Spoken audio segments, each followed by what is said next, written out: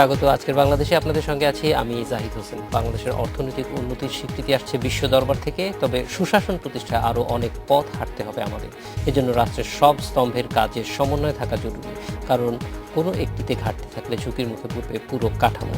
এসব নিয়ে আজকের আলোচনা ভারসাম্য। কথা বলতে আমাদের সঙ্গে স্টুডিওতে আছেন আওয়ামী লীগের উপদেষ্টা মণ্ডলীর সদস্য অ্যাডভোকেট ইউসুফ হোসেন হুমায়ুন, আছেন সাবেক মন্ত্রিপরিষদ সচিব ডক্টর সাদাত হোসেন এবং আইন বিশেষজ্ঞ ডক্টর স্বাধীন মালিক।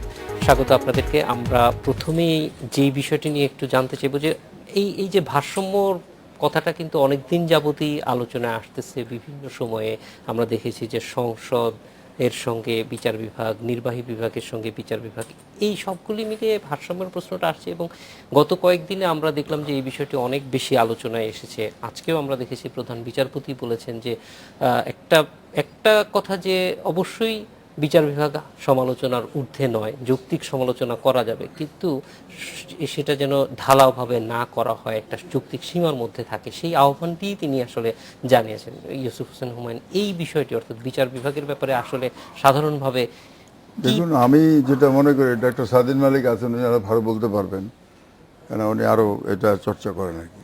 আমি সাধারণভাবে যেটা মনে করি যে আমাদের প্রতিষ্ঠান একটা কনস্টিটিউশনের, সংবিধানে আলাদা আলাদা, জুডিশিয়ারি একটা পার্ট, এক্সিকিউটিভ একটা পার্ট।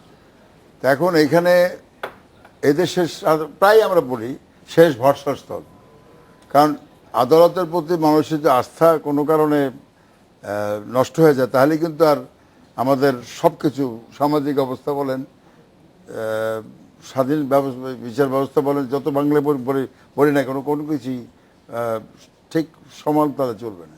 কাজে আমাদের নৈতিক দায়িত্ব, সরকারের, সাধারণ মানুষের, আমরা যারা আছি সবাই, যে আইনজীবী যারা আছেন তাদেরও একটা দায়িত্ব যে বিচার বিভাগের জন্য কোনো অবস্থাতেই প্রশ্নবিদ্ধ না হয়।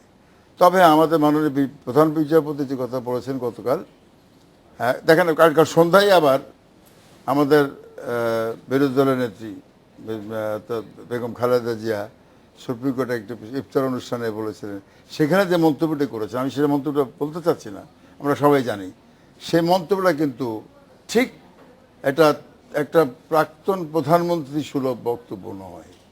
তিনিও দেশ চালিয়েছেন এবং তিনি জানেন ভালো করে judiciary is a part of the constitution, এবং এদের ডিগনিটি, এদেরকে স্ট্যাটাস সব কিছু তাদের রাখতে হবে, কারণ তারা তো প্রেস কনফারেন্স করে একটা আক্ষেপ করতে পারে না, একটা কোনো দাবি দেওয়া পেশ করতে পারে না।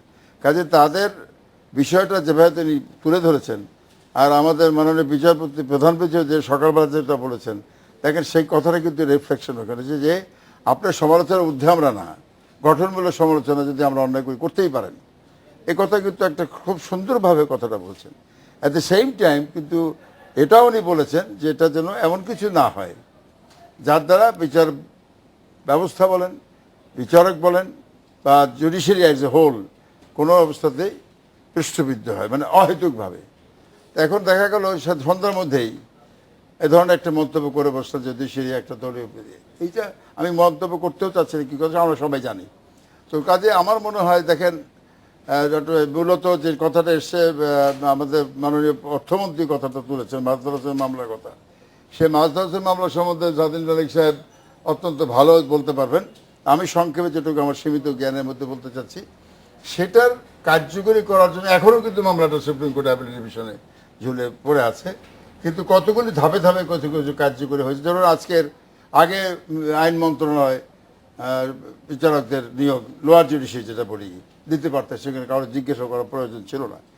এখন জেনারেল অ্যাডমিনিস্ট্রেশন কমিটি যেটা আছে সুপ্রিম কোর্টে পাঠাতেই হবে, সেখান থেকে অ্যাপ্রুভ না হলে কিন্তু এই নিয়োগটা কিন্তু সঠিক হবে না। কাজে আমার মনে হয় যে চেকস অ্যান্ড যেটা আপনি বললেন যে ভারসাম্যতা রক্ষার জন্য, এবং অ্যাট দ্য সেম টাইম জুডিশিয়ারির সাথে আবার এক্সিকিউটিভ যেটা আছে তার সাথে ভারসাম্যতা রাখতে হবে, সংসদের সাথে।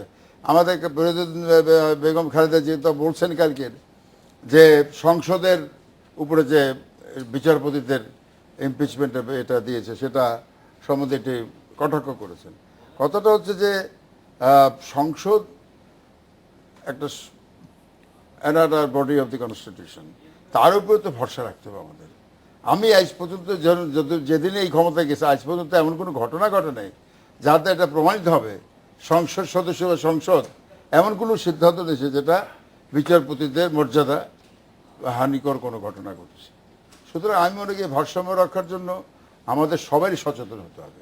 অ্যাট দ্য সেম টাইম যারা বিচার বিভাগে আছেন, যারা প্রশাসনে আছেন, যে কোনো জায়গায় আছেন, সব ক্ষেত্রে আমরা যারা আইনজীবী আছি, আমরা তো বলি বেঞ্চ অ্যান্ড বারের একটা রিলেশনশিপ সবসময় একটা কোহেশন থাকতে হবে, একটা সুসম্পর্ক থাকতে হবে। আমরা যেরকম তাদের প্রোটেক্ট করবো, তারাও কিন্তু আমাদের প্রোটেক্ট করবে। That is what we believe.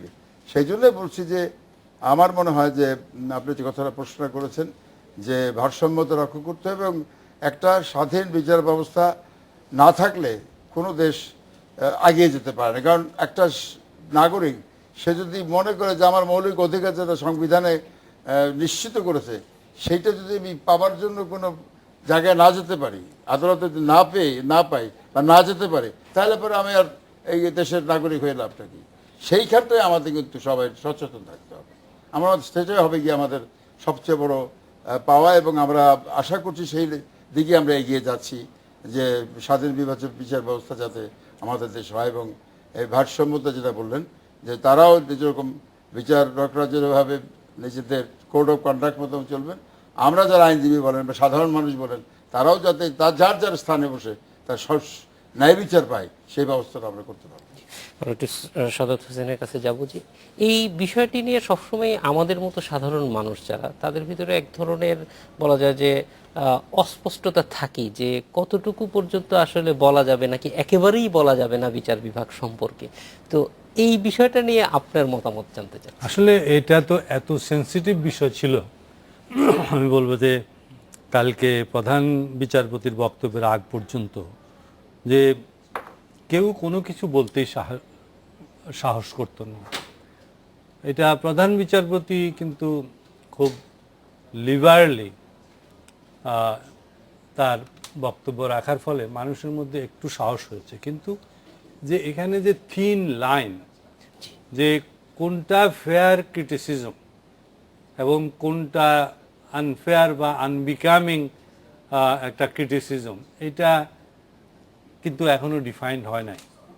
আমি জানি না যদি এটা এই বক্তব্যটার উপরে ভিত্তি করে সামনে যদি বিচার বিভাগের সম্পর্কে মন্তব্য বা ক্রিটিসিজমের রূপরেখা প্রস্তুত করা হয়, কিছু নীতি গাইডলাইন করা হয়, তখন হয়তো বিষয়গুলি আরেকটু স্পষ্টভাবে আসবে। সেখানে হয়তো থাকবে যে আসলে অবমাননা বলতে কি বোঝায়, কতদূর আপনি বলতে পারবেন। যেমন আমি থাইল্যান্ডের বোধহয় একটা কোর্টের রেফারেন্স আছে, কোথায় আমি পড়েছি, সেখানে বলছে যে আদালত অবমাননার মেইনই হচ্ছে যে আদালত যেই অর্ডার দিবে সেই অর্ডার আপনি কোনো রকমে ভায়োলেট অথবা ডিস্টর্ট করতে পারবেন না। তো এমনি যদি আপনি সাধারণভাবে আদালতের ইমপ্রুভমেন্ট অথবা বিচারিক কার্যের আপনার আরও উন্নতি করার জন্য কি করা যেতে পারে সেগুলি বলেন, সেটা আপনার আদালত অবমাননার পর্যায়ে পড়বে না। কিন্তু আমাদের এখানে এক্সপেরিয়েন্স হচ্ছে আমাদের যে কিছু কিছু ঘটনা আবার এক্সট্রিমে চলে গেছে, যার ফলে একটা আতঙ্কের কিন্তু সৃষ্টি হয়েছে। মানুষ এই সম্পর্কে কিছু বলতে চায় না। আপনি হয়তো সেমিনারে একটা কথা বলেছেন, একটা ওয়ার্কশপে একটা কথা বলেছেন, সেই জন্য লায়াবেল হয়েছে। এই ধরনের কেসগুলি আছে। এর ফলে লোকজন সবাই, বিশেষ করে যারা এই ধরনের কথাবার্তা বলে, তারা তো মিডল ক্লাস এবং তারা ঝুঁকি নিতে চায় না। তারা একটু সবসময় নিজকে সরিয়ে কথা বলতে চেষ্টা করে, সেজন্য তারা আর ভয়ে করে না। আমি জানি না এখানে দুইজন বিজ্ঞ আছে, আমি যতদূর কনস্টিটিউশনে দেখেছি সেখানে যেমন বলা হয়েছে যে মানুষের দিক থেকে এবার নাগরিকের অবমাননা হয় কিংবা তার প্রতি কষ্টকর কিছু হয়, যন্ত্রণাদায়ক কিছু হয়, তেমন বিহেভিয়ার সাধারণভাবে করতে পারবে না। কিন্তু আমাদের এখানে তো আমরা অনেক সময় দেখি লোকজনকে দাঁড়িয়ে রাখা হয়, ভালো ভালো লোক দিনের ঘন্টার পর ঘন্টা দাঁড়ায় থাকে। তো এটা হয়তো কিছু কিছু জিনিস হয়তো আলোচনা আসবে যে এই যে কষ্ট হয় মানুষের, এগুলি হয়তো এরকম প্রধান বিচারপতির মতো যদি লিবারাল লোকজন আসে, যদি উদার মনা লোক আসে, মানুষের কথা যারা চিন্তা করেন, নাগরিকের কথা যারা চিন্তা করেন, তারা হয়তো এই জিনিসগুলিকে আরো মানবিক করবেন, আরো হিউম্যানিটেরিয়ান টাচ দিতে চেষ্টা করবেন। আছে কিছু কিছু এইসব জায়গায়। আর ভারসাম্য তো দরকার হবে। ভারসাম্য ছাড়া আপনার প্রশাসন, আমি ভারসাম্য বলতে নির্বাহী বিভাগ বুঝাচ্ছি, বিচার বিভাগ এবং আপনার রেজিস্ট্রেশন, তো ভারসাম্য ছাড়া চলবে না। একে অপরের পরিপূরক হতে হবে। বিচার বিভাগ হলো যেমন তার বক্তব্যই শেষ বক্তব্য, এর উপরে কিছু নাই। কিন্তু আবার উনি যে অনুশাসন দিচ্ছেন, আলটিমেটলি যে নির্দেশ দিচ্ছেন, সেটা বাস্তবায়নের দায়িত্ব কিন্তু প্রশাসনের। এবং প্রশাসন যদি বাস্তবায়ন না করে, তখন কিন্তু সেটা আপনার দেখা যায় যে ওই আদেশটা ইনফ্রাকচুয়াস হয়ে যায়, কোনো ফল থাকে না।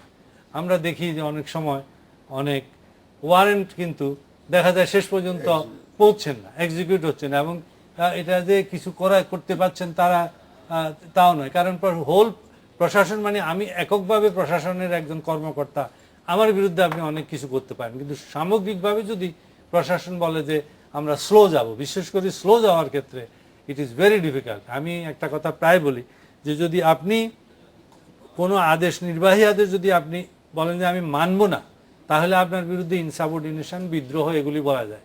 কিন্তু আপনি যদি বলেন যে আমি মানব না, মানতে গিয়ে আপনি কিন্তু ছোট ছোট ডিস্টর্শন করেন, ছোট ছোট আপনি সাবোটাইজ করেন, তখন কিন্তু আপনাকে খুব একটা কিছু করা যায় না। তখন আপনি আইন কানুন অনুযায়ী এগুতে হয়, কারণ আপনাকে তার গুলি করে মারতে পারবে না, আপনি ফাঁসি দিতে পারবে না।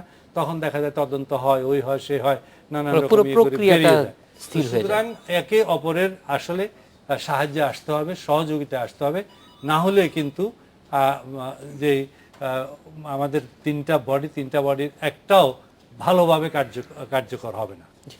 ডক্টর শাহদিন মালিক, আপনার কাছে আসবো এই বিষয়টাই আরেকটু ভালোভাবে বোঝার জন্য। একটা বিষয় হচ্ছে যে কোনো ক্ষেত্রে যখন আমরা এইটুক জানি যে আমি যে কথা বলছি, যার উদ্দেশ্যে বলছি, সে আমার এটার জবাব দিতে পারবে না, তখনও কিন্তু এক ধরনের এমনিতে মানে হিউম্যান ইনস্টিংক্টেই এখানে একটা সতর্কতা থাকার প্রয়োজন হয়, এবং বিচার বিভাগের জন্য এই সতর্কতাটা সবচেয়ে বেশি জরুরি।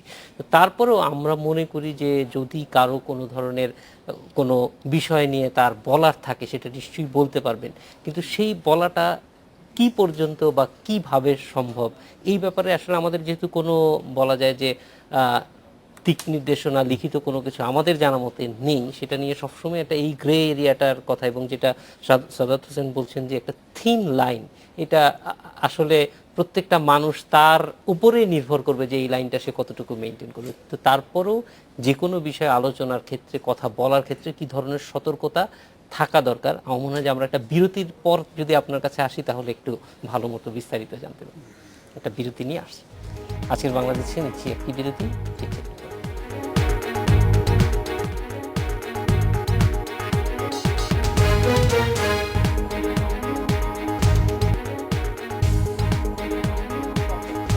বিরতির পর ফিরে এলাম আজকের বাংলাদেশে।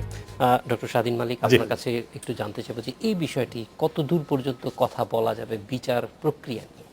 এখানে দেখেন, আমার একটা স্ট্রং ভিউ সবসময় আছে। আমাদের আদালতের রায় সমালোচনা করতে আমরা যে ইতস্ত করি, তার পিছনে কিন্তু আমি প্রধান দায়ী করব আমাদের বিশ্ববিদ্যালয়ের আইনের শিক্ষকদের।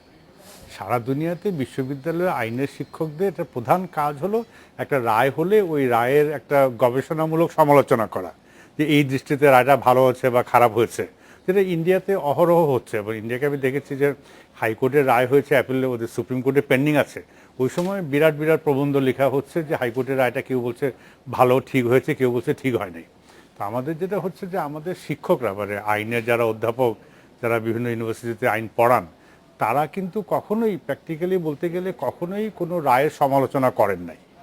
ফলে যেখান থেকে মেইন সমালোচনাটা আসার কথা, ওই জায়গাটা আমাদের সম্পূর্ণ বন্ধ হয়ে বসে আছে। তারা যেভাবে আইন চর্চা করেন বা আইন পড়ান, এটা তাদের প্রতি আমার খুব খোলাখুলি অনেক বছর ধরেই সমালোচনা, যে তারা কখনো রায় পড়েন না, রায়ের কোনো সমালোচনাও করেন না।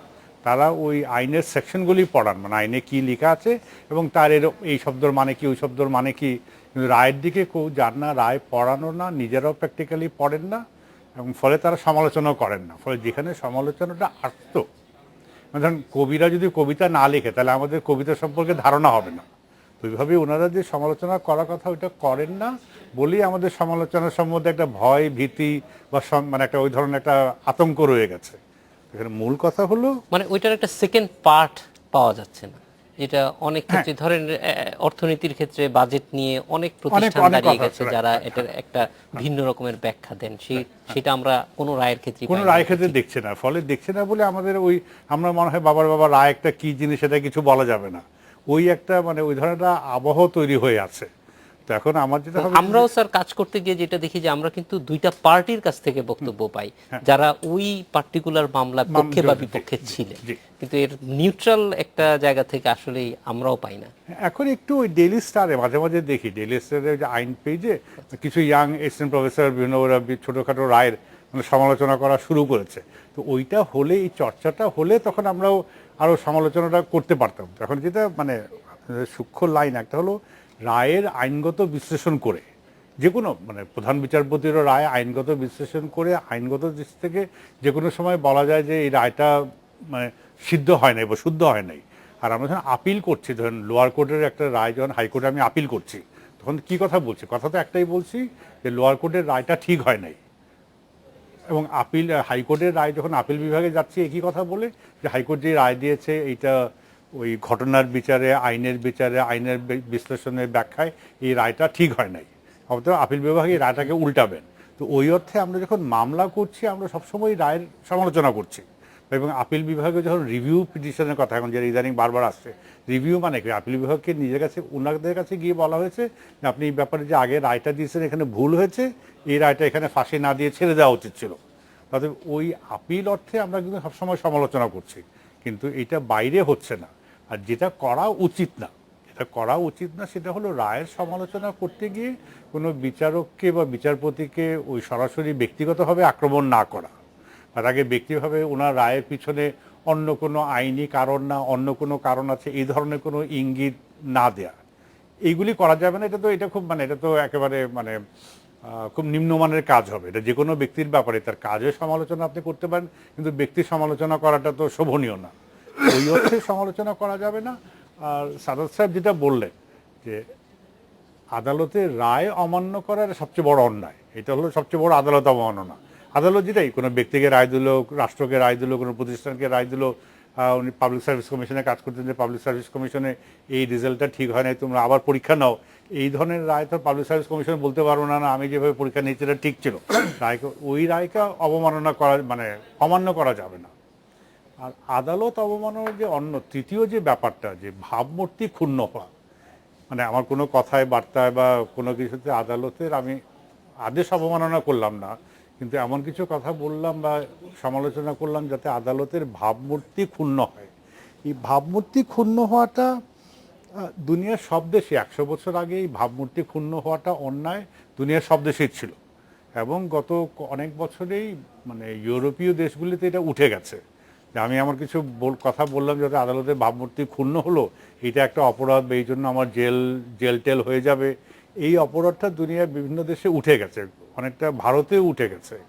আমাদেরও এটা উঠিয়ে দিয়ে 2013 সালে নতুন আদালত অবমাননা আইন করা হয়েছিল, যেখানেও যে বলা হয়েছিল যে কোনো কিছু সমালোচনা করলে আপনি মানে এই যে আদালত অবমাননা এটাও কিন্তু আমাদের আইন তুলে দেওয়া হয়েছিল আইন করে, কিন্তু ওই আইনটা আবার আদালত বেআইনি ঘোষণা করেছেন, আদালত অবমাননা আইনটা অসাংবিধানিক ঘোষণা করেছেন। তো এখন আমরা আমার দৃষ্টিতে আমরা খুব ঘোলাটে অবস্থায় আছি। আমাদের আদালত অবমাননার কোনো আইন নাই, কিন্তু আবার আদালতে শাস্তি দিয়ে চলছে। মানে আদালতে আমি এটা মনে করি যে আইনের চোখে এটা সঠিক না। এই যে আমি যে সমালোচনাটা করছি এই সমালোচনা করতে কোনো বাধা নেই, মানে যেখানে শাস্তি সংক্রান্ত কোনো আইন নাই সেইখানে আপনি শাস্তি দিবেন, এইটা আমার দৃষ্টিতে সংবিধান পরিপন্থী। কিন্তু আমাদের আদালত অবমাননার কোনো আইন না থাকা সত্ত্বেও আমাদের আদালতগুলি মানে কিছু কিছু ক্ষেত্রে শাস্তি দিয়ে যাচ্ছে, এটা আমি মনে করি যে আইনের সংবিধানের পরিপন্থী। আর আমি সাদাত হোসেন সাহেবের সাথে সম্পূর্ণ একমত। আমি এটা আদালতে বলেছিলাম একটা মামলা চলার সময় যে একজন আদালত অবমাননার আসামিকে যখন কাঠগড়ায় দাঁড়িয়ে রাখা হয়, তো আমরা অনেক দেখেছি বয়স্ক গণ্যমান্য ব্যক্তিকে, হ্যাঁ তার একটা কথা বলে ফেলেছেন, হতে পারে এই কথাটার জন্য তাকে শাস্তি দেওয়া, কিন্তু আদালতের কাঠগড়ায় দাঁড় করিয়ে রাখাটা এটা সংবিধানে যে লাঞ্ছনাকর ব্যবহার করা যাইবে না, লাঞ্ছনাকর ব্যবহার করা যাইবে না, ওইটার পরিপন্থী। এটা নিয়ে আমার আদালতে বিতর্ক হয়েছে, বিচারপতিরা বলছেন না এটা দাঁড়িয়ে রাখাটা লাঞ্ছনাকর ব্যবহারের পর্যায়ে পড়ে না।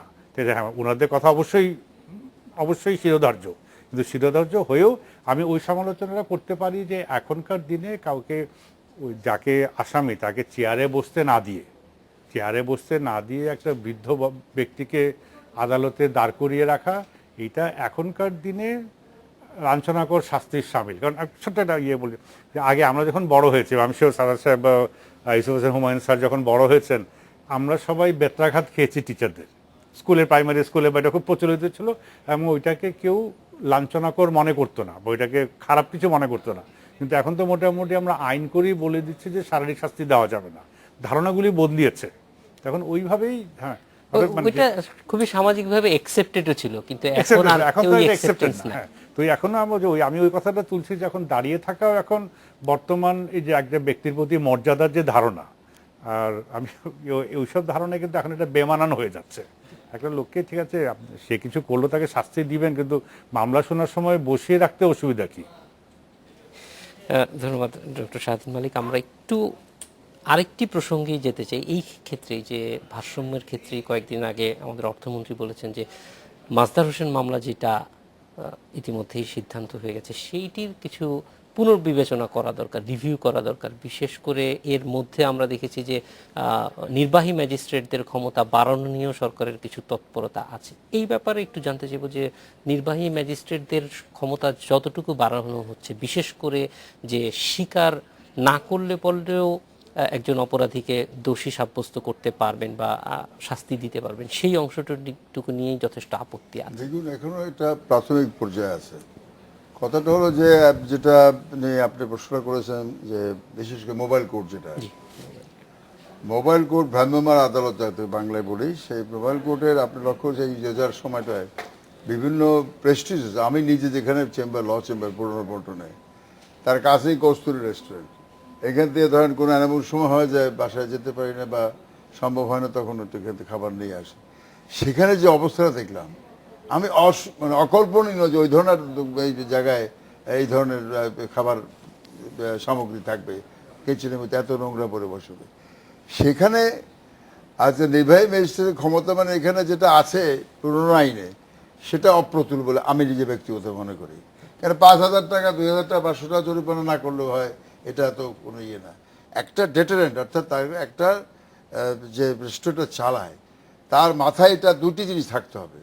একটা হলো তার সচেতনতা সৃষ্টি করতে হবে যে আই শুডন্ট ডু ইট, করা ঠিক হবে না, মরালিটির বিরুদ্ধে, মানবতার বিরুদ্ধে, নৈতিকতার বিরুদ্ধে। অ্যাট দ্য সেম টাইম তার ডেটারেন্ট, অর্থাৎ ভীতি থাকতে হবে যে যদি আমি কি এটা যদি আমার ধরা পড়ি, তাহলে পরে একটা বৃহৎ একটা কঠিন সাজার মুখোমুখি হতে হবে, তাহলে কিন্তু এটা বন্ধ হবে না। কাজে এটার চিন্তা করে যদি এই আপনার আইন সংশোধন করে যদি নির্বাহী ম্যাজিস্ট্রেট বলেন বা ভ্রাম্যমাণ আদালত যারা কাজ করেন তাদের যদি ক্ষমতা বাড়িয়ে দেয়, সে তাতে আমার মনে হয় সুফল পেয়ে আনবে। তবে প্রোভাইডার সবসময় থাকে, তবে সেখানে এটা যাতে প্রয়োগের ব্যাপারে যেন একটা সঠিক প্রয়োগ হয়, এইটা আমাদের দেখতে হবে। সেটা কিন্তু আমি বলি এই জন্য যে নিয়োগ যারা পান আর কি, এইখানে যারা এই কাজ করবেন তাদের নিয়োগ যারা দেন, তাদের নিয়োগের ব্যাপারে তার পেছনের ইতিহাস, তার কন্ট্রাক্ট, তার পারফরমেন্স সব দেখে কিন্তু নিয়োগটা দেবেন।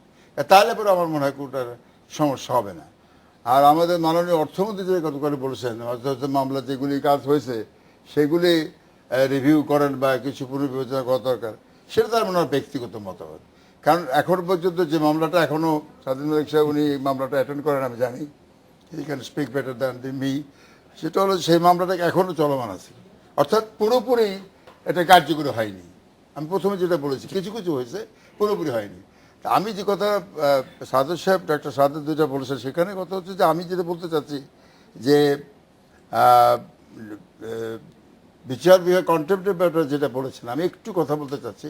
বেশ কিছু কন্টেম্প মামলা আমরা করি, সেখানে দেখা যায় কিছু কিছু জায়গায় মানে আমি ফ্র্যাগমেন্ট ভায়োলেশন না, অট্রসিটি বলতে পারি আমরা, বড়ই করলাম না। আমার কাছে আগামীকাল সেই মামলা আছে একটা, যে যে ওয়াকফ অ্যাডমিনিস্ট্রেটর একটা অর্ডার দিয়েছেন, তারপরে হাইকোর্ট ডিভিশন থেকে স্পেসিফিক অর্ডার দিয়েছেন, ডিসি ধারেও জানে কিচ্ছু করেনি।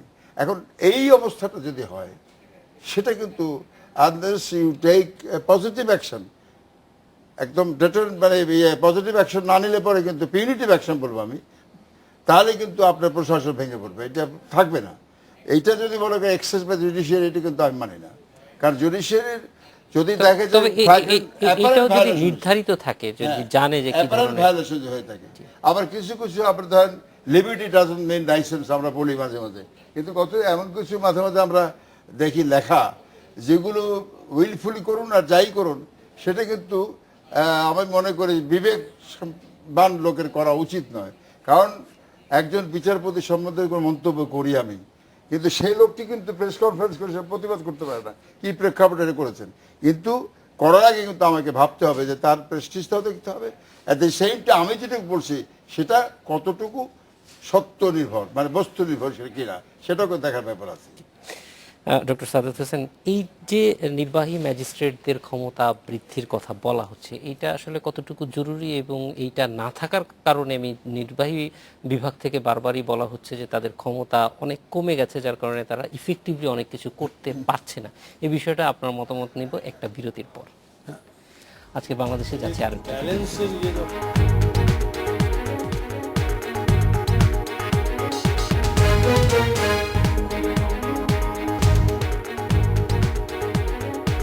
বিরতির পর ফিরে এলাম আজকের বাংলাদেশে। ডক্টর সাদাত হোসেন, এই যে মাজদার হোসেন মামলাটার রিভিউয়ের কথা বলা হয়েছে অর্থমন্ত্রীর পক্ষ থেকে, এবং একই সঙ্গে আমি আরেকটু বিষয় জানতে চাচ্ছি যে নির্বাহী ম্যাজিস্ট্রেটদের ক্ষমতা বাড়ানোর যে প্রস্তাব, দুটাই একটার সাথে একটা লিঙ্কড আপ।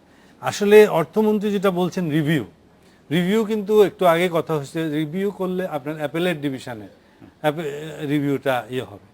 অ্যাপেলেট ডিভিশন আর হাইকোর্ট ডিভিশনের মধ্যে একটা ফান্ডামেন্টাল যে ডিফারেন্স কনস্টিটিউশনে দেখবেন, সেখানে অ্যাপেলেট ডিভিশনের বলা হয়েছে কমপ্লিট জাস্টিস। এই কমপ্লিট শব্দটা শুধু অ্যাপেলেট ডিভিশনকে দেওয়া হয়েছে। কমপ্লিট জাস্টিস মানে হলো আপনি শুধু লিগ্যাল অ্যাসপেক্টটাই একমাত্র জিনিস নয়, দেশের স্ট্যাবিলিটি, প্রশাসনের স্ট্যাবিলিটি, সমাজের স্ট্যাবিলিটি, এবং সেখানে মানুষের জীবন স্বাভাবিক ধরেন যেমন দাঙ্গা হাঙ্গামা এরকম হতে পারে, এই জিনিসগুলি কিন্তু ওনারা দেখতে পারেন।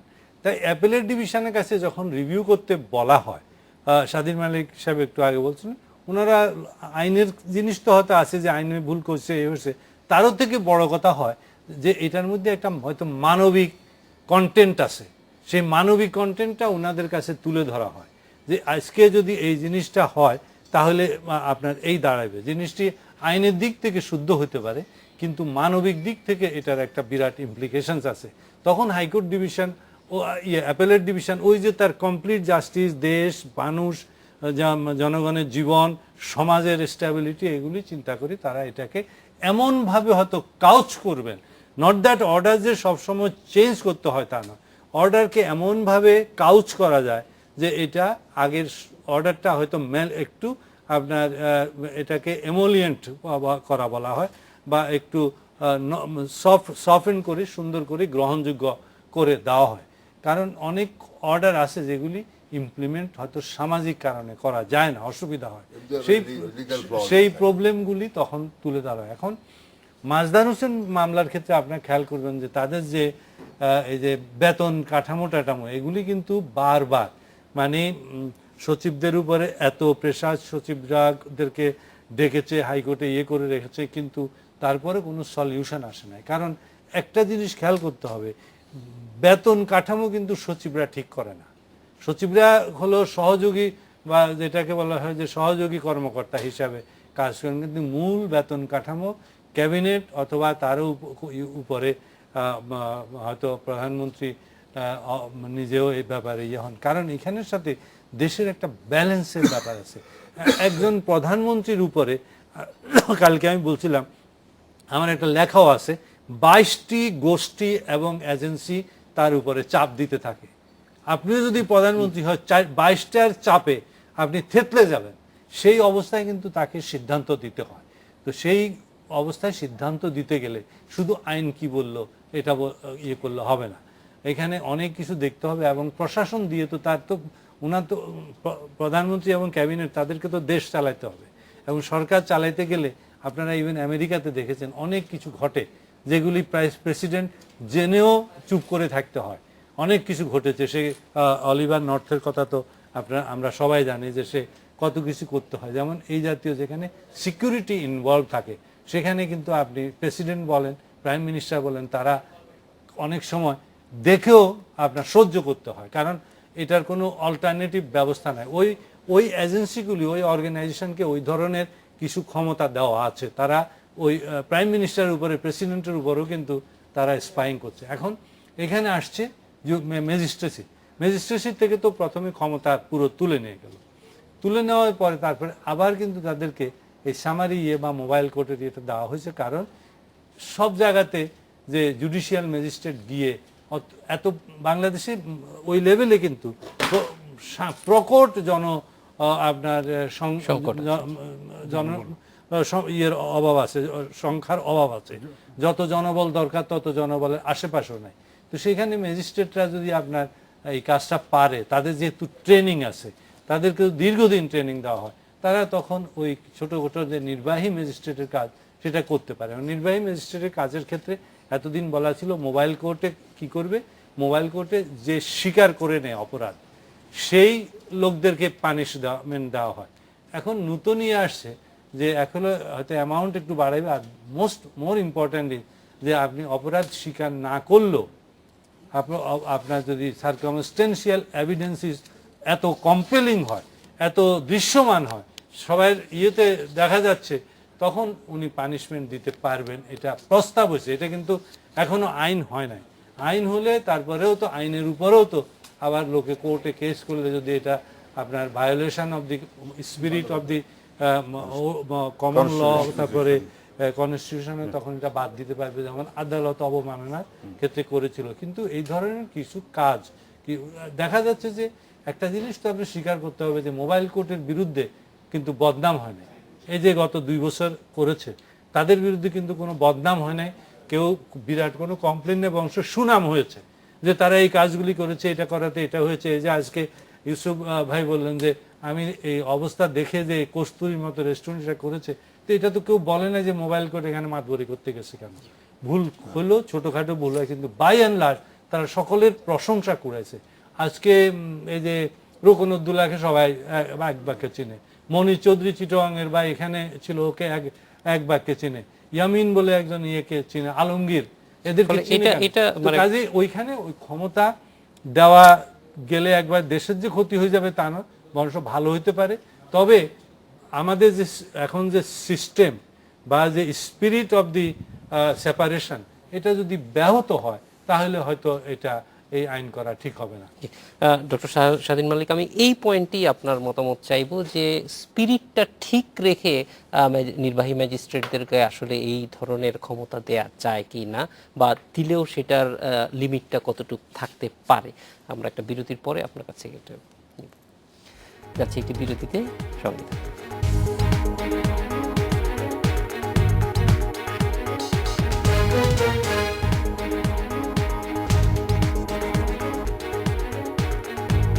বিরতির পর ফিরে এলাম আজকের বাংলাদেশে। ডক্টর স্বাধীন মালিক, আমরা জানতে চাইব যে নির্বাহী ম্যাজিস্ট্রেটদের যে ক্ষমতায়নের কথা বলা হচ্ছে, এটা আসলে মাজদার হোসেন মামলার সঙ্গে সীমানাটা কোথায় থাকবে?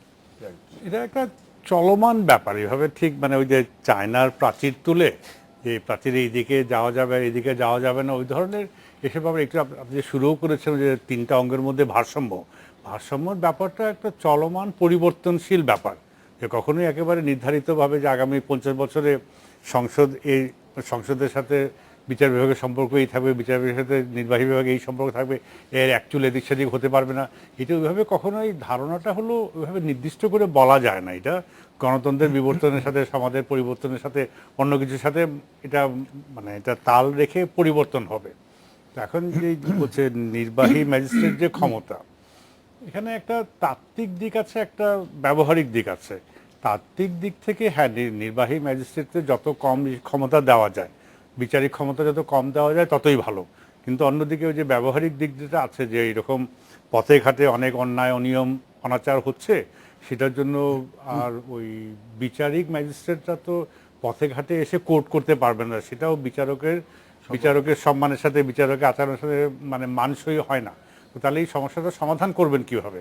মানে পথে ঘাটে কিছু তো বিচার করা দরকার।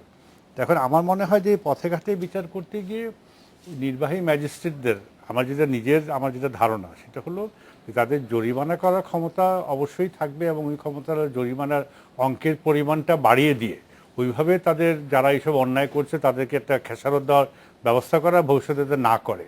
কিন্তু ওই তাৎক্ষণিকভাবে বিচার করে কাউকে জেল দেওয়া, এটা মনে হয় একটা বিচারিক ক্ষমতার অপব্যবহার হওয়ার খুব আশঙ্কা থাকে।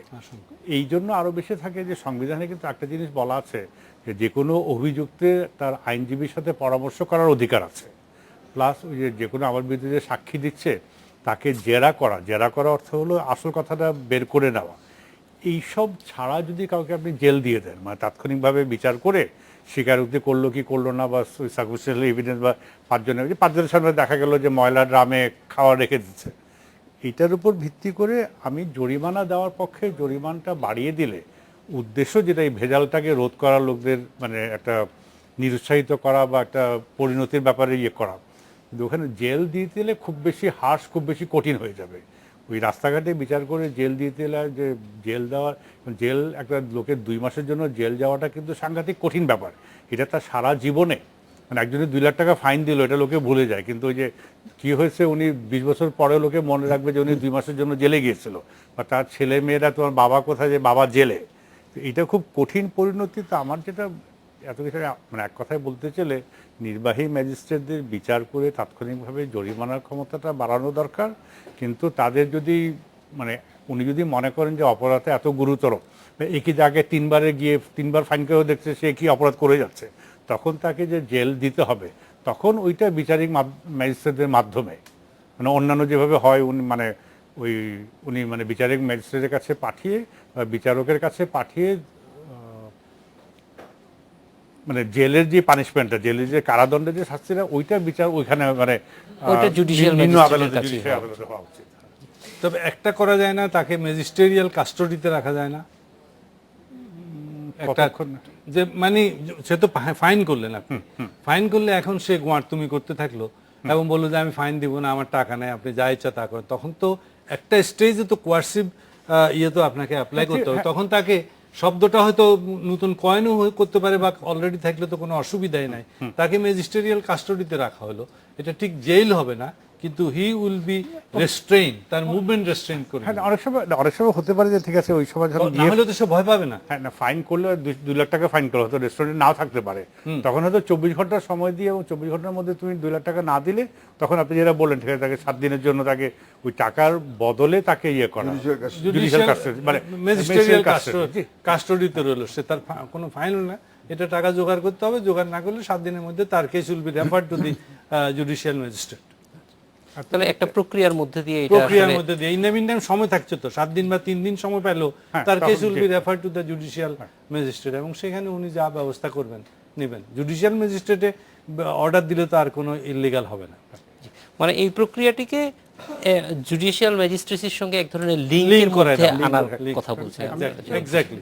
একটা কোন পত্রিকায় ইদানিং রিপোর্ট দেখেছিলাম যে ওই ভ্রাম্যমাণ আদালত যাদের জেল দিচ্ছে, ওইটা কিন্তু আবার ওই জুডিশিয়াল ম্যাজিস্ট্রেটের কাছে গিয়ে 99% ওই জেলের শাস্তিটা মওকুফ হয়ে যাচ্ছে।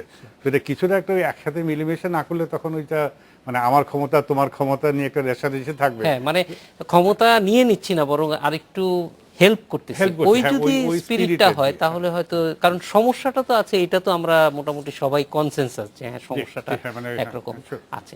তো ভারসাম্যের ক্ষেত্রে একদম খুব সংক্ষেপে ডক্টর সাদত হোসেন জানতে চাইবো যে এই ভারসাম্যের ক্ষেত্রে আসলে প্রত্যেকের দায়িত্বটা কি?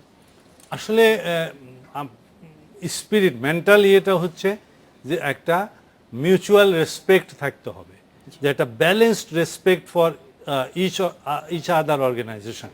আমি নির্বাহী বিভাগে আছি, আমি যদি মনে করি যে আমার উপরে কিছু নাই, সব কিছু তো কোয়ার্সিভ মেশিনারি আমার কন্ট্রোলে, সুতরাং আমাকে ছাড়া কে কি করবে, এটা তাহলে আমি একটা মানে যেটা বলবো বায়াসড একটা নিলাম, একটা বা স্বেচ্ছাচারী একটা মনোভাব নিলাম। আবার যদি ধরেন লেজিসলেচার মনে করে যে আমরা উই ক্যান ডু এনিথিং, আমরা যে কোনো জিনিস করতে পারি, আমরা যা করব সেটাই তো দেশের আইন, এবং আইন কি? আইন হচ্ছে আপনার wish of the sovereign, we are the sovereign. তো সুতরাং আমাদেরটা ইয়ে করতে হবে, অন্যরা সব আমাদের কন্ট্রোলে। ডক্টর সাদাত হোসেন, তাহলেও যাবে। ইউসুফ আবার হোসেন হুমায়ুন, জুডিশিয়ারিও ডক্টর সেরকম চিন্তা স্বাধীন করলে মালিক, ভুল আপনাদের হবে। তিনজনকে অনেক ধন্যবাদ আজকে আলোচনায় অংশ নেওয়ার জন্য। এই ছিল আজকের বাংলাদেশে। দেখা হবে আগামীকাল একই সময়ে। শুভরাত্রি।